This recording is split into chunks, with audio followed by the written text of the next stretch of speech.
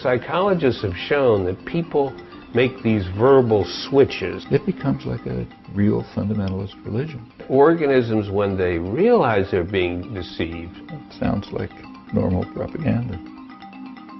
One of the most important comments on deceit for the modern period, I think, was made by Adam Smith, who is greatly revered but very little read. He pointed out that a major goal of business is to deceive and oppress the public for good reasons.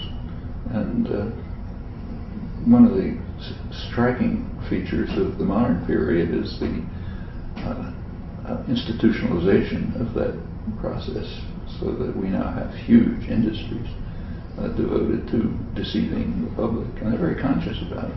Public relations industry, which strikingly developed in the freest countries, and for good reasons. Developed in Britain and the United States at the time, roughly the First World War, when it was recognized that enough freedom had been won, so you really can't control people by force, and you have to carry out modes of deception and manipulation in order to keep them under control.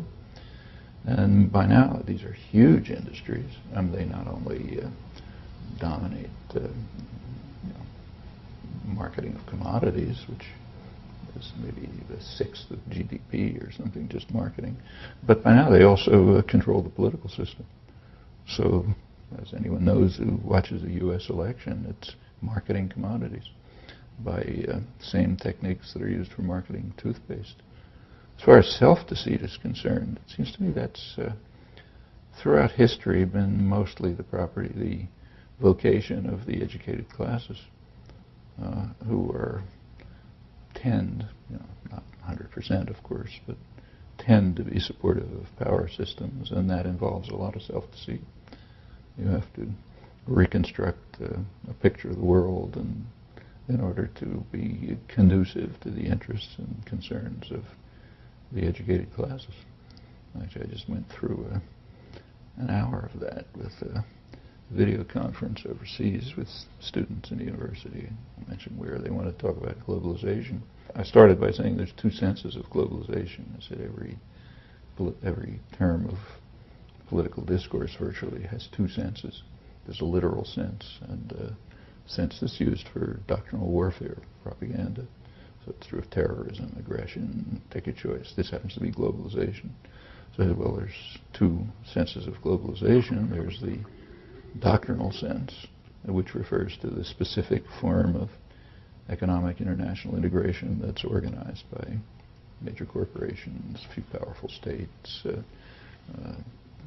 within the framework of the so-called Washington Consensus, World Trade Organization, and so on. That's one form. There's another, in the literal sense of globalization, just means international integration. And there's a huge number of people dedicated to globalization. They're called anti-globalization. So if you take a look symbolically at the World Economic Forum and the World Social Forum, which meet almost simultaneously, World Economic Forum represents a tiny sector of highly privileged people. And their form of international integration is called globalization. World Social Forum draws from about as wide a range of people in the world as any organization ever has. I mean, all over the world, different walks of life, anything from peasants to professionals and so on. And their form of globalization is called anti-globalization, because it's working out plans directed to the interests of people. So I started off by that, but then every question used globalization in the technical sense, the propagandistic sense. That's self-deceit. And that's a large part of what I think education's about. So yeah, deceit is a technique of control on the part of the powerful when force is unavailable. And of course, even when force is available. But and self-deceit is a substantial part of the history of the educated classes, as far back as you go. Let me ask you personally, just out of curiosity, you've devoted most of your intellectual life to, on the one hand, the deep structure of language, and on the other hand, is something that I just classify under deceit and self-deception. All of your analyses of, like the the absurd double standard in which the word terrorism is used. It's not terrorism to arm the Contras to attack women's collectives in Nicaragua, but it's terrorism to strap a bomb on yourself and blow up some people in a pizzeria, etc., etc. Is there any relationship in your own life, or do you see any connection between your linguistic work and your continued analysis of deceit and self-deception in society? There's a kind of a loose connection, and I've occasionally spoken and written about it, but only when I'm asked to, because, I mean, the honest truth is that if I was an algebraic topologist, I'd do the same political work. Indeed. It wouldn't have any connection to it. So I don't draw anything from what I know about language. Right. And people are constantly saying, well, you know, you linguists, you must be analyzing the language of deception. But no, I mean, analysis of the language of propaganda and so on is just common sense. You don't have to have any special knowledge about it. No. But there is a connection, and in fact, the connection was brought out in during the Enlightenment, in the early Romantic period. So take, say, figures like Rousseau, for example, or Wilhelm von Humboldt is the most extreme. He was one of the founders of classical liberalism, but he was also a leading linguist, and he drew some of the potential connections, all coming from a kind of Cartesian source, namely the idea that the core element of human beings, what in the Cartesian picture distinguishes humans from beast machines, you know, animals and machines. Mm-hmm. The core property is a kind of creative capacity that humans have and no beast or machine has, which, according for the Cartesians and their followers, was manifested most clearly in language. Mm-hmm. That is, the capacity to do what you and I are now doing, just to, you know, produce new thoughts, new ideas. For the Cartesians, the core element of the human essence, you know.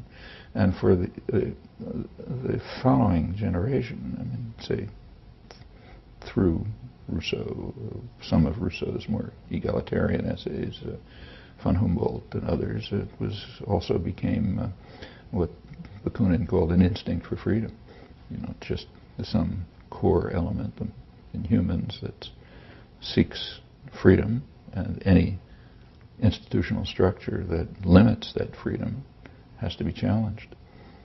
That's actually a core principle of classical liberalism, and it found its way right into anarchism, which, in my view at least, is the inheritor of classical liberalism. Mm-hmm. Classical liberalism was sort of bricked against the shoals of capitalism, basically disappeared. But I think it's fair to regard the anarchist tradition as a descendant, based on the principle that you have to challenge any form of authority and make it justify its legitimacy, because it is interfering with a core component of human nature, which manifests itself most explicitly in the use of language, but many other things.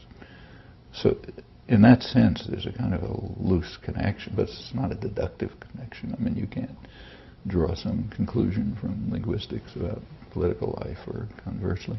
Right. Do you see any other connection? Well, one of the great benefits of language is the fact that we can make statements about events that are far in space and time.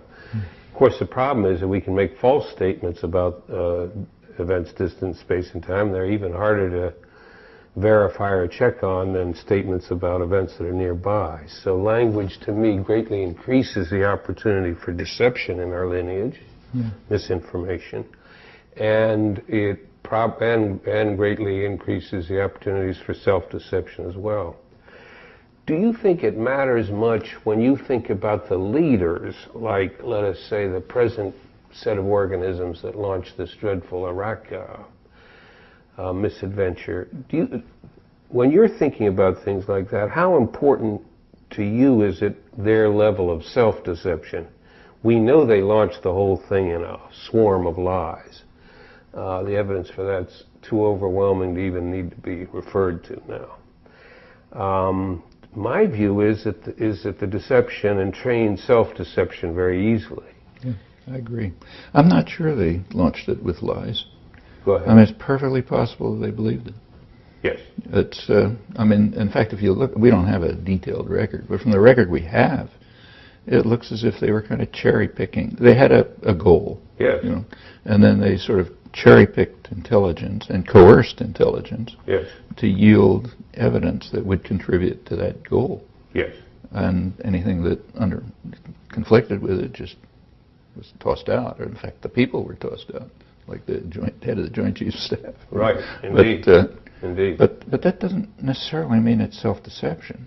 I mean, it's very easy to. I think we all know it from personal life. You see it with young children. Yeah. You see two kids, fighting about a toy, let's say, and the older one takes the toy from the younger one, and his mother comes in and starts berating him. They give you an answer saying, "Look, it was really mine, and he took it from me, and he didn't want it anyway." And they build up a whole story, which a kid probably believes. They're not, and it's. I suspect it's pretty similar when Cheney and Rumsfeld pick the evidence they want to invade another country. Yeah. I suspect it's more or less the same mechanisms. So yeah, sure, it is self-deception, but it just it's so automatic. It takes effort and energy to try to see yourself from a distance. Yes. It's hard to do. No, it is. I think in everyday life we're aware of the fact that when we're watching something on stage, so to speak, we have a better view, overall view, than the actors on the stage have. If you can see events laterally and sideways, you can say, my God, they're doing this and they're doing that. But if you're embedded in that network at the time, it's very hard. Much harder. In fact, you can see it very clearly by just comparing historical events which are similar. They're never identical, but similar. So say take the Russian invasion of Afghanistan, the Saddam's invasion of Kuwait, the U.S. invasion of Iraq. Just take those three. Well, from the point of view of the people who perpetrated it, it was a noble effort and done for the benefit of everyone. No reason to think they were lying. They had arguments. In fact, the self-justifications are kind of similar. Actually, I had an interview with a Polish reporter a couple of weeks ago, and we were talking about this, and I asked him whether he'd been reading Pravda during the during the Afghan war. Mm-hmm. We didn't have to go on with the conversation. He just laughed because he saw the point right away. I mean, it was about the same as the U.S. British press in regard to the Iraq war. There was criticism of the war in the Russian Soviet press, same kind that there is here. It's costing too many lives. Poor brave soldiers dying in vain. We can't bring the gifts we want to bring to the Afghan people. We can't bring because of terrorists who are, stop jihadi, Islamic crazed terrorists who are trying to disrupt people's lives. And we're improving things in Kabul. Women can go to the university, but how can we do this with the terrorists around? And on and on. It almost translates, but we can't see it for ourselves. We can see it for them. Like nobody doubts that the Russians committed aggression, that Saddam Hussein committed aggression. We attribute to them rational goals. Maybe they wanted to control the energy of the Middle East or something. With regard to ourselves, it's impossible. Which I've reviewed a lot of the scholarly literature and journalistic literature on this, and it's close to universal. We just cannot adopt towards ourselves the same sane attitudes that we adopt easily, in fact reflexively, when others commit crimes. It's like your terrorism example. Just can't do it. And if anyone says it,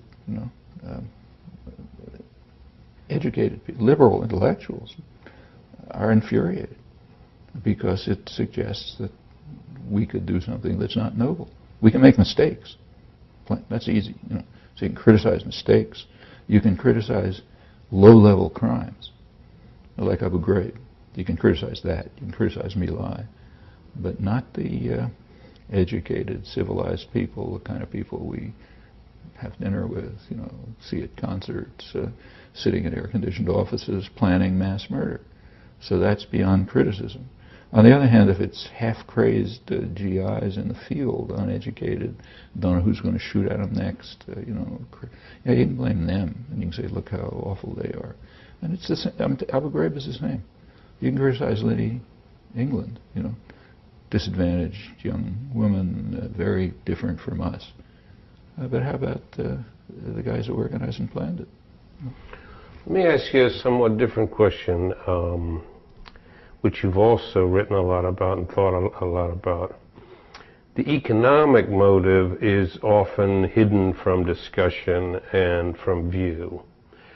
So, in retrospect, all of this hysteria about anti-communism, what was it? I mean, whenever someone came up with a socialist system, it was a system that was not going to be open to our exploitation. Likewise, in the Iraq case, there was an economic motive in terms of seizing a major section of the world and implanting some military bases. I feel that we plan to put those military bases in for good. We've never left any place voluntarily, except Grenada, right?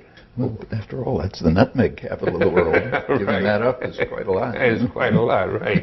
And Vietnam, they ushered us out the front door, so that was the end of that. But we haven't left the Philippines, we haven't left Cuba, we haven't left nowhere, So it's almost like we looked around the globe and saw there's this weight, there's this really important area with all this oil. Even when this issue comes up, well, what about the oil? The scholarship discounts it, and they discount it for interesting reasons. They discount it because it doesn't make sense. After all, the U.S. could get hold of the oil anyway, because it's just on the market. Once a ship's on the seas, it goes anywhere you want. So it doesn't increase access to oil, which is perfectly correct. It doesn't increase access to oil. It increases control over oil. And that distinction is critical, and it just can't enter scholarship. In fact, here's another case like Afghanistan and Kuwait. Dick Cheney the other day, he was somewhere in Central Asia, Kazakhstan or somewhere. Right. He was trying to get them to make sure to direct their pipelines to the west so the U.S. can control them. And he said control over pipelines is these are tools for intimidation and coercion. He was talking about if somebody else controls the pipelines. Right. So like if China controls the pipelines, it's a tool of intimidation and coercion. But if we control the pipelines, it's just benevolent and free and wonderful. Yeah. And I was interested to see if anybody's going to comment on that. I mean, here he is in, whatever it was, Kazakhstan, to get them to ensure that we control the pipelines.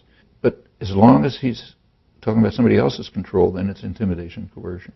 When at the very moment he's trying to get them to give us control, that's liberation and freedom. Now, to be able to live with those contradictions in your mind really does take a good education. But let me give you an example of the kind of stuff on the individual psychology studies that is reminded to me by points you're making. This we-they distinction and problems we have coming up with a consistent one.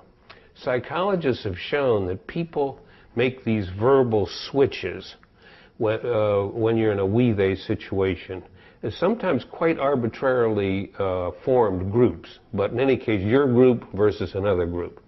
So groups that are simply set up for the experiment, you mean? It can be, or you can be talking about them and their group versus someone that's not a member of their group. But you can also do it experimentally, and I don't know that. I haven't studied that work yet carefully to see how long you have to set them up in these arbitrary groups to get this kind of thing going. But you have the following kinds of verbal things that people do, apparently quite unconsciously.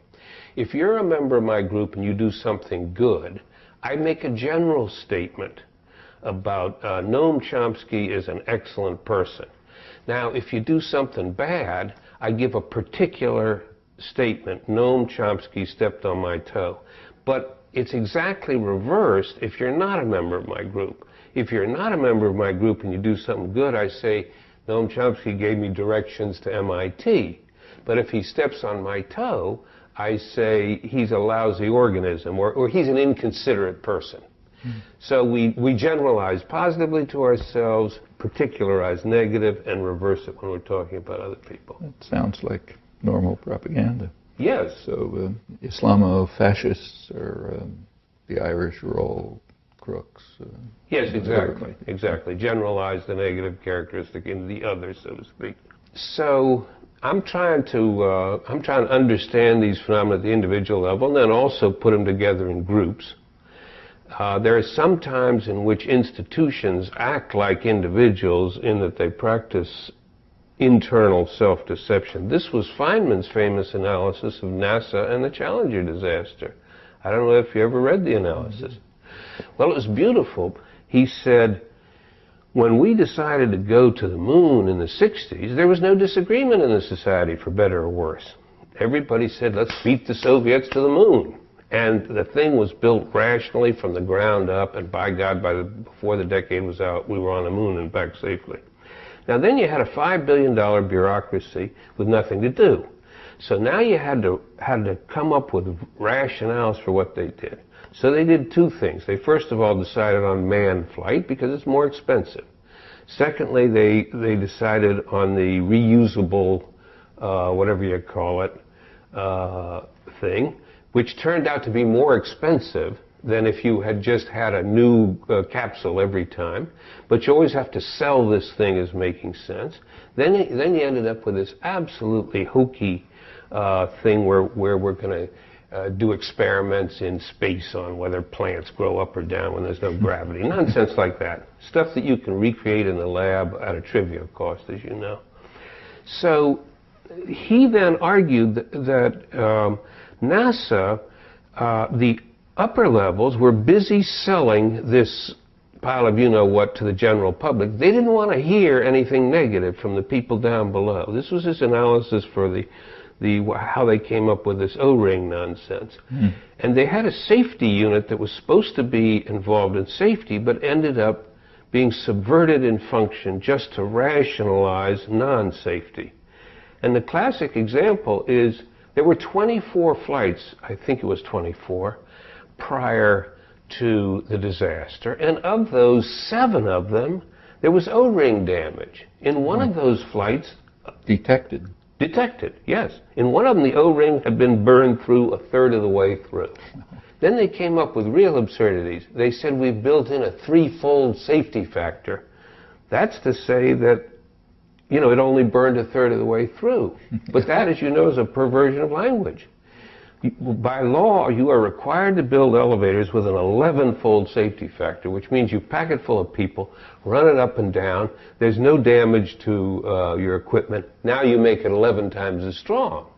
You know, not it's afraid, you know, 11th of the way through or whatnot. And all of this data was available. All of it was available. And it's like, it has an analogy to individual self-deception. The information is often somewhere in the organism. It's just well hidden. It's well down in the unconscious. It's well inaccessible. You've built up firewalls against it, etc., etc. Are there any animal analogs to anything? Well, I don't know. I believe that self-deception has evolved in 2 situations, at least, in other creatures. And I believe it could be studied, and I've suggested a way to do it, but nobody's done it. When you are making an evaluation of another animal in a combat situation, let's say male-male conflict, the other organism's sense of self-confidence is a relevant factor in your evaluation. And that's shown by its behavior, you mean? Yes, exactly. So, and so you gorilla beating it, thumping its chest. And like that. Yes, and suppressing signs of fear and not giving away, so forth. So you can imagine selection for overconfidence, selection for suppressing... For showing overconfidence, even if it's not real. You mean. Exactly. Yeah. Likewise in situations of courtship, where females are evaluating males. And again, the organism's sense of self is a relevant parameter. We all know that people that have a low opinion of themselves, that's a sexual and romantic turnoff right there. So again, you can have selection without language, it seems to me, for biased kinds of information flow within the organism to keep up a false front. And that's not necessarily, it may be that the animal that's putting up a false front knows it's a false front. Indeed, but it may benefit from not knowing it. Yeah. It may act more... Because it's easier to do it. Easier to do it, and perhaps more convincing because you're not giving away evidence. Secondary signs. Exactly, secondary signs. Is there any evidence about this, or it's just speculation? What you heard is rank speculation. Is it can it be investigated? I do not know of anybody who's doing it on self-deception. There's excellent work being done on deception in other creatures. To give you just one line of work there that is of some interest. Repeatedly what we find now in wasps, in birds, and in monkeys, that organisms, when they realize they're being deceived, get pissed off, forgive my English. They often attack the deceiver, but especially if the deceiver is over-representing him or herself. If you're underrepresenting and showing yourself as having less dominance than you really have or whatnot, They don't. no, you're not. And the ones that attack you are precisely those whose dominant status you are attempting to expropriate or mimic. It's very interesting, and it suggests some of the dynamic in which, in which fear of being detected while deceiving can be a secondary signal, precisely because if you are detected, you may get your butt kicked, or you may get chased out. There's even a name for that in the international affairs literature. It's called maintaining credibility. Uh-huh. So you have to carry out violent acts to maintain credibility, even if the issue is insignificant. Right. And that's a rationale for... It's kind of like the mafia. Yeah, indeed. And I know, I've heard that rationale used for obviously odious stuff. Well, we're maintaining credibility, otherwise we ain't got no street cred. That's right. That's a common theme. There was a brilliant study, which is a very difficult one to do at the time. You can do it much more easily now, by Gore and Sackheim about 20 years ago, using the fact that we respond to hearing our own voice with greater arousal than we show when we hear another human's voice. In both cases, we show physiological arousal. Galvanic skin response is one such measure. About twice as big a jump if you hear your own voice. Now, what you can do is have people matched for age and sex read the same boring paragraph from Thomas Kuhn's Structure of Scientific Revolution. Chop it up into 2, 4, 6, 12 second segments. Create a master tape where some of the time you're hearing your own voice, a lot of the time you're hearing not. Now then you've got to press a button which says if you think it's yours, and they also had them press a second button how sure you are. But meanwhile they got the galvanic skin response. Now they discovered two interesting things. First of all, some people denied their own voice some of the time, but the skin always had it right. Some projected their own voice some of the time, the skin always had it right. The deniers denied the denial, but the projectors half the time were willing to admit afterwards that they think they made the mistake of projection. In a follow-up. Yes, in a follow-up interview. Right, just asking them. Okay, now the second thing What do you think the reason for that is? The difference between the projectors and the deniers? Yeah. Well, I don't have a good way of putting it, Noam, but to me, when you want to deny reality, you've got to act quickly and get it out of sight. The deniers also showed the highest levels of galvanic skin response to all stimuli. It's like they were primed to do it. Inventing reality, a little bit more a relaxed enterprise, but I haven't... It's not as threatening. Yes, something like that. I haven't thought out a good way to put it, but something along that is the way I've been thinking. The final thing they showed was that they could manipulate it. So, psychologists have lots of devices for making you feel bad about yourself, and one of them is just give you an exam. After all, these are university students. Just a little pseudo-exam. Give them their results at random. So they tell half of them you did lousy, half of them you did good. And then what they found was that those that were made to feel bad about themselves started to deny their own voice more, while those that are feeling good start hearing themselves talking when they're not. So, we didn't evolve to hear our voice on a tape recorder. You have to use some kind of interpretation here, but it's like self-presentation is contracting under failure and it's expanding under... You might be interested in a book that's coming out by a very smart guy, James Peck, who's a sinologist, who's got a book coming out called Washington's China, in which he does a very in-depth analysis of the national security culture. He went through the National Security Council literature, you know, the background literature and so on. And he does a kind of both an analysis of the content, but also a psychological analysis. And it was reminding me of it the whole time we were talking. I mean, what he shows are elaborate techniques of self-deception to try to build up a framework in which we can justify things like, say, overthrowing the government of Guatemala on the basis of some noble objective. Right. And it's done by making everything, as Dean Acheson once said, you have to make it clearer than truth. Right. And as this picture gets internally created and built up on by each group of national security staffers, it becomes like a real fundamentalist religion. Yes. Showing, you know, extraordinary self-deceit. Yeah. And then you end up with the Cheney's and the Rumsfelds. Well, I'm looking forward to it. I've been appalled when I pass a newsstand and there's some article there, News and World Report, China, the next threat. You know, like now we got to mobilize all our energy against China, and they're talking military. And that's interesting because the threat of China is not military. Exactly. The threat of China is they can't be intimidated. It's very similar to what you're describing. Europe you can intimidate. So, for example, when the U.S. tries to get people to stop investing in Iran, European companies pull out. China disregards it. Right. I mean, and you look at the history, you understand why. They've been around for 4,000 years. They have contempt for the barbarians. They just don't give a damn. Right. Okay, you scream, we'll go ahead and take over a big piece of Saudi oil, you know, or Iranian oil. Or develop and that's the threat. You can't intimidate them. Well, and it's driving people in Washington berserk. But, you know, of all the major powers, they're the one that has been least aggressive militarily. They haven't even developed an offensive military capacity. I think they've got 20 missiles or something. Right. You know, nothing. Yet we're talking about it already. But we're talking about, and you can see what the threat is. They cannot be intimidated. That's no matter what you do, they just go ahead and they look at you with contempt. It's a little bit like, you know, a gorilla pounding his chest. Some people lie about this, that, and the other.